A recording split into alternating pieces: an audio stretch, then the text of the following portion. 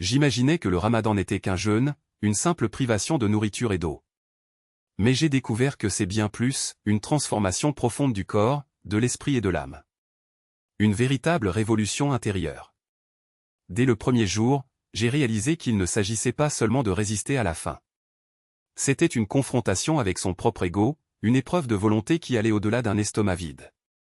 Chaque fois que la soif ou la faim survenait, je me rappelais, ce n'est pas une punition, c'est un entraînement. Un exercice pour maîtriser les désirs, contrôler les impulsions et élever son regard vers quelque chose de plus grand. Je ne faisais pas seulement un rituel. Je plongeais dans un système créé pour polir l'esprit humain. Se réveiller avant l'aube pour le suor, le repas avant le jeûne, était difficile au début. Le corps réclamait du sommeil, l'esprit réclamait du réconfort. Mais dans cette obscurité silencieuse, alors que le monde dormait encore, j'ai découvert une discipline que je ne savais même pas posséder. Là, entre prière et préparation mentale, le ramadan a véritablement commencé. Il ne s'agissait pas seulement d'arrêter de manger. C'était une question de préparation, d'attente et de but. Chaque matin, je me répétais, je ne fais pas ça par commodité, je le fais pour grandir.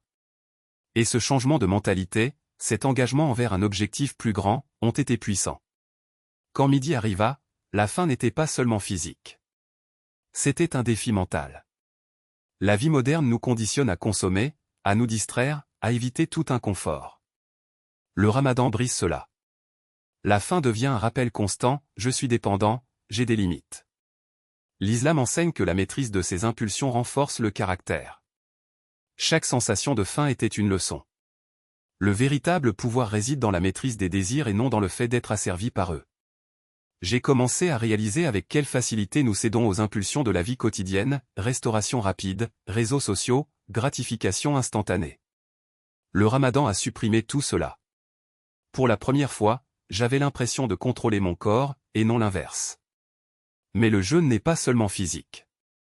Au milieu de la première semaine, quelque chose a changé dans mon esprit. Les pensées devenaient plus claires, les distractions perdaient de leur force. Lorsque l'estomac se discipline, le cœur devient plus attentif. L'islam associe le contrôle du corps à l'élévation spirituelle. La faim ouvre les portes à l'empathie, à la réflexion et à l'humilité. Le monde commence à être vu différemment. Les luttes des gens, la réalité des pauvres, la valeur de la gratitude, tout prend un nouveau sens lorsque les sens sont exacerbés et les désirs contenus. C'est pourquoi le ramadan n'est pas facultatif. Il s'agit d'une réinitialisation systémique de l'humanité. L'iftar, le moment de rompre le jeûne, est une explosion de gratitude. La nourriture a une saveur différente, l'eau est précieuse, la prière est sincère. Le ramadan vous apprend à valoriser même les plus petites choses. On ne mange pas juste pour manger.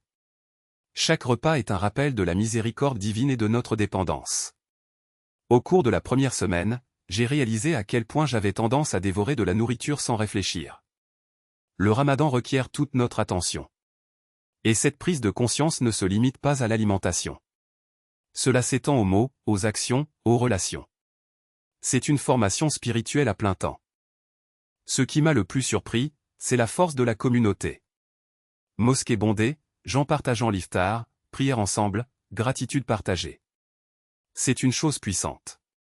La vie moderne nous isole, mais le ramadan nous reconnecte.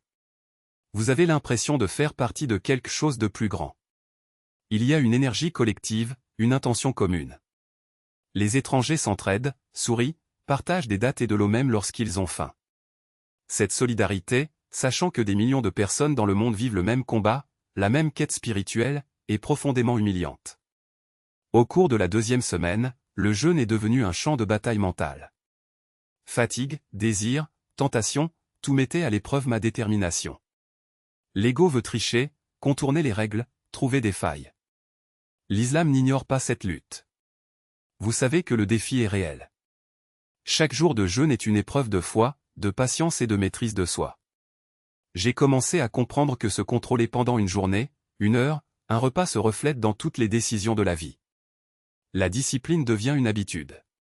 La faim est temporaire, mais la force qu'elle crée demeure. Le ramadan est comme une salle de sport pour l'âme, où les poids sont invisibles mais les résultats sont profonds. Les 5 prières quotidiennes sont devenues mon refuge. Pendant le ramadan, ce n'est pas une simple routine. Ils sont la survie de l'âme. Se tenir debout, s'incliner, se prosterner, même lorsqu'il est épuisé, est une leçon de soumission et d'humilité. L'esprit devient plus clair parce que le corps est discipliné. Le cœur écoute parce que les distractions se dissipent. J'ai réalisé que la prière n'est pas une obligation. C'est une connexion. Et pendant le Ramadan, cette connexion est immédiate, tangible et transformatrice. Cela nous ancre, nous enseigne la patience et réinitialise la perspective. Dès la 3e semaine, la patience était devenue un muscle palpable. Le jeûne n'est pas seulement la faim. C'est la retenue dans chaque geste, pensée et parole. De petites irritations vous mettent à l'épreuve, trafic, disputes, retard. Mais le Ramadan leur donne un nouveau sens. Chaque épreuve est l'occasion de pratiquer l'endurance. La vie moderne nous entraîne à être impatients, réponses instantanées, gratification immédiate, divertissement sans fin. Le Ramadan inverse cette situation. Retarder la gratification, c'est se maîtriser. L'esprit s'aiguise, l'ego rétrécit, l'âme grandit. Et cette patience ne disparaît pas au coucher du soleil. Cela s'étend aux décisions professionnelles, aux relations et à la discipline personnelle. Le Ramadan façonne la résilience et la maîtrise de soi dans un monde obsédé par les raccourcis. Vers le 20e jour, une profonde leçon m'a frappé. Ressentir la faim sur ma peau m'a fait voir l'humanité d'une manière différente. Ceux qui vivent dans la pauvreté, la faim et la souffrance quotidienne ne sont plus des statistiques abstraites. C'est devenu réel. Le jeûne est un pont vers l'empathie. Enseigne la compassion, la gratitude et l'humilité.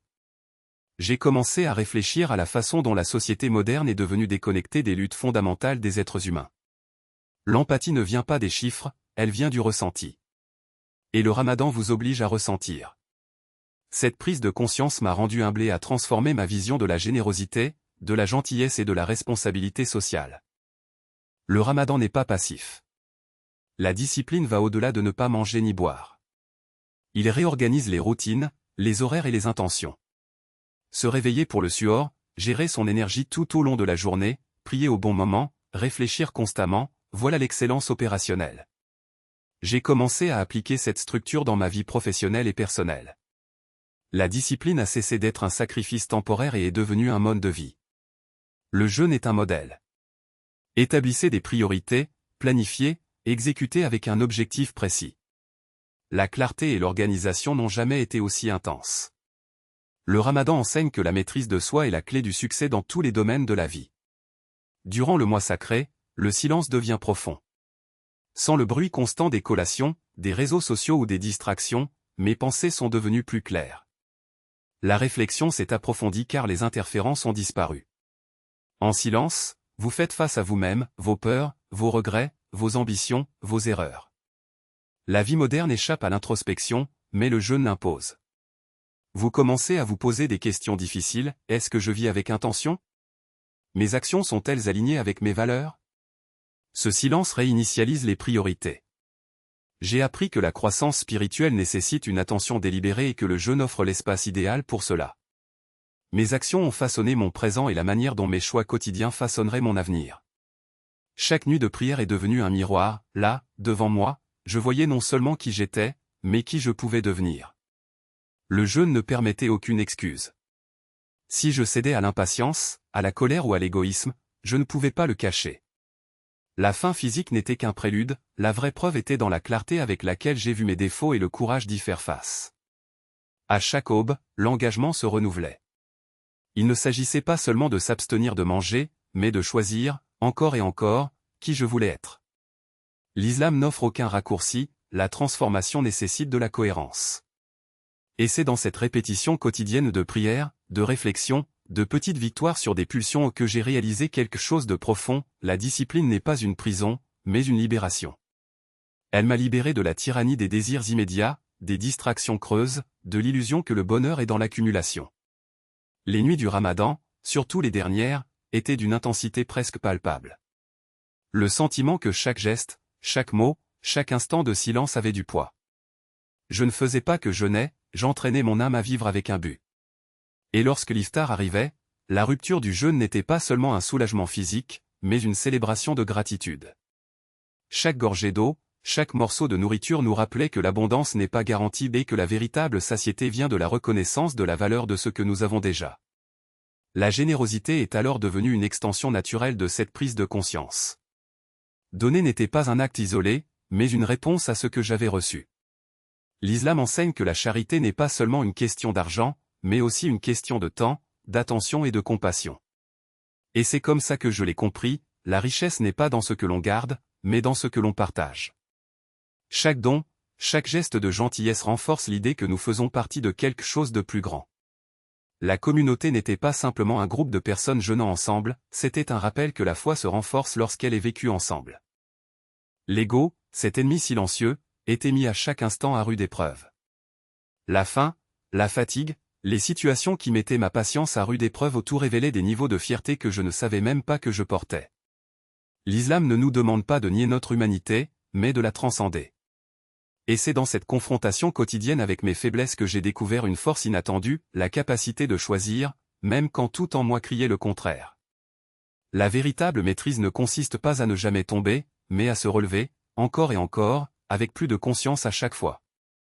Lorsque Layla al-Qadr, la nuit du décret, est arrivée, j'ai ressenti le poids de l'opportunité. Cette nuit, décrite comme meilleure que 1000 mois, fut non seulement un moment de prière intense, mais aussi une confirmation que l'effort en valait la peine. Le dévouement ne se mesure pas en heures, mais à la sincérité de chaque acte. Et là, entre supplication et larmes, j'ai compris que la vie n'est pas ce que l'on accumule, mais ce que l'on laisse derrière soi en action, en parole, en amour. La fin du Ramadan n'a pas été un retour à la normale, mais un nouveau mode de vie. Les leçons ne se sont pas dissipées avec le dernier jour de jeûne, ils se sont intégrés. La patience, la gratitude, la discipline, tout cela est devenu une partie de moi, non pas comme une habitude passagère, mais comme une seconde nature. L'islam ne considère pas le Ramadan comme un mois isolé, mais comme un entraînement pour toute une vie. Et j'en suis ressorti non seulement plus fort, mais plus conscient que chaque jour est une chance de choisir qui je veux être. Le voyage ne se termine pas avec l'Aïd. Cela continue, dans chaque choix, dans chaque prière, dans chaque moment de silence. Parce que le vrai jeûne n'est pas seulement destiné au corps, mais aussi à l'âme et cette soif de croissance n'est jamais satisfaite. Et cette transformation ne se limitait pas au jour du mois sacré. Cela s'est infiltré dans chaque décision, chaque conversation, chaque silence qui a suivi. Ce qui semblait autrefois être un défi temporaire est devenu une nouvelle norme d'existence parce que l'islam ne nous apprend pas à jeûner uniquement de nourriture, mais à jeûner de la médiocrité, de la distraction, de la superficialité qui nous éloigne de ce qui compte vraiment. Chaque choix est devenu un acte d'adoration. Non pas dans le sens rituel, mais dans la manière dont l'intention s'entremêle à l'action, transformant l'ordinaire en extraordinaire. Une réunion de travail n'est plus seulement une question d'objectifs et de délais, elle est devenue l'occasion de servir avec excellence, d'honorer ses engagements avec intégrité. Une conversation difficile avec un proche n'est plus un fardeau et est devenue un exercice de patience et d'écoute active. Même le simple acte de respirer, auparavant automatique, a acquis une nouvelle dimension, se rappeler que la vie est un cadeau et que chaque instant est une chance d'être reconnaissant. La discipline du Ramadan s'est avérée non pas un fardeau, mais une libération. Lorsque vous apprenez à maîtriser vos impulsions, vous découvrez que la véritable liberté ne réside pas dans le fait de céder à tous les désirs, mais dans le choix conscient des batailles qui valent la peine d'être menées. Et, dans ce processus, vous réalisez que les plus grandes victoires ne sont pas externes, mais interne, la capacité de dire « non » à ce qui vous affaiblit, de dire « oui » à ce qui vous élève, même lorsque cela est difficile. L'empathie, autrefois un concept abstrait, est devenue une pratique quotidienne. Le jeûne ne consiste pas seulement à avoir faim, mais à ressentir la faim des autres, celle du voisin qui a du mal à payer ses factures, celle du collègue qui porte un poids invisible, celle de l'enfant qui n'a rien à manger. Et, en ressentant cette faim, quelque chose a changé, la charité a cessé d'être un acte sporadique et est devenue une réponse naturelle, le reflet du cœur qui a appris à battre au rythme de la souffrance des autres.